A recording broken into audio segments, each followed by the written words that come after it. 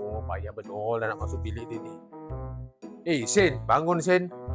Wah, kau ni daripada malam tadi aku tidur terbongkang macam. Bangun le. Nanti Pak Wan bising kau tahu tak?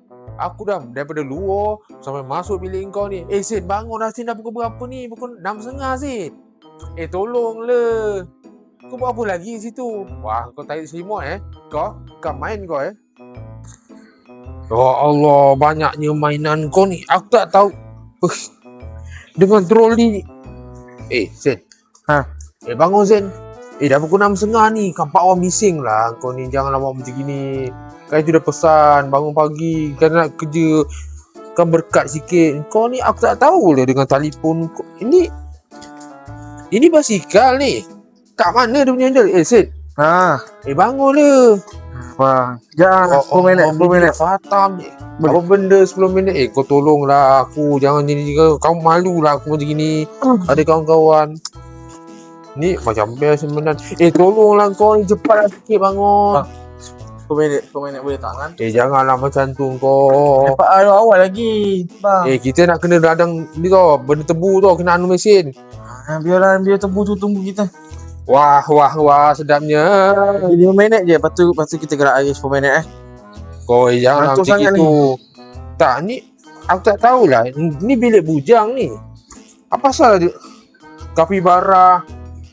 Sen, bangunlah Sen. Kau janganlah macam gini Sen. Aduh. 3 minit 3 minit. Macam best ni. Pada tidur lagi Sen, bangunlah. Dah pukul berapa ni? Sabar dah boleh start dulu ni. Okey, 1, 2, 3. Tolonglah Sen. Masih dah pukul berapa ni?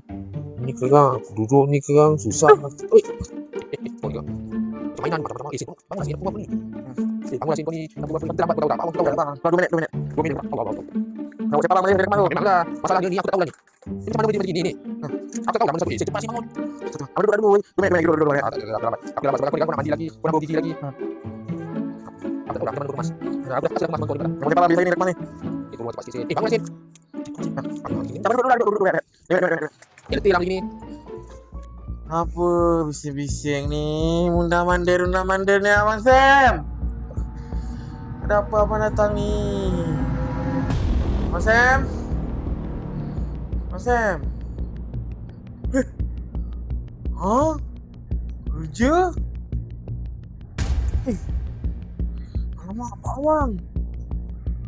Alamak, polis. Abang Sam?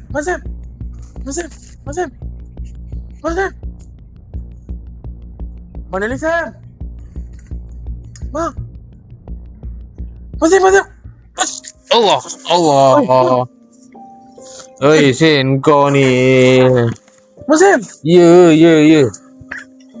Wih. Macam ni lah Dah Sen. pukul apa ni nak kerja ni? Tak payahlah kan. Dah lalang kena marah. Baik tidur je lah. Macam sedap pula aku tidur tempat kau je lah. Oh, boleh masuk sekali kan saya? Boleh. Aku masuk dulu. Tak payahlah cerita Pak Awang tu.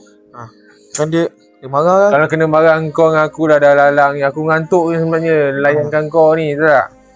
Aku masuk dulu lah. Masuk. Masuk. Buat ke bang? Boleh. Buka pintu dapur bang, pintu dapur. Ya.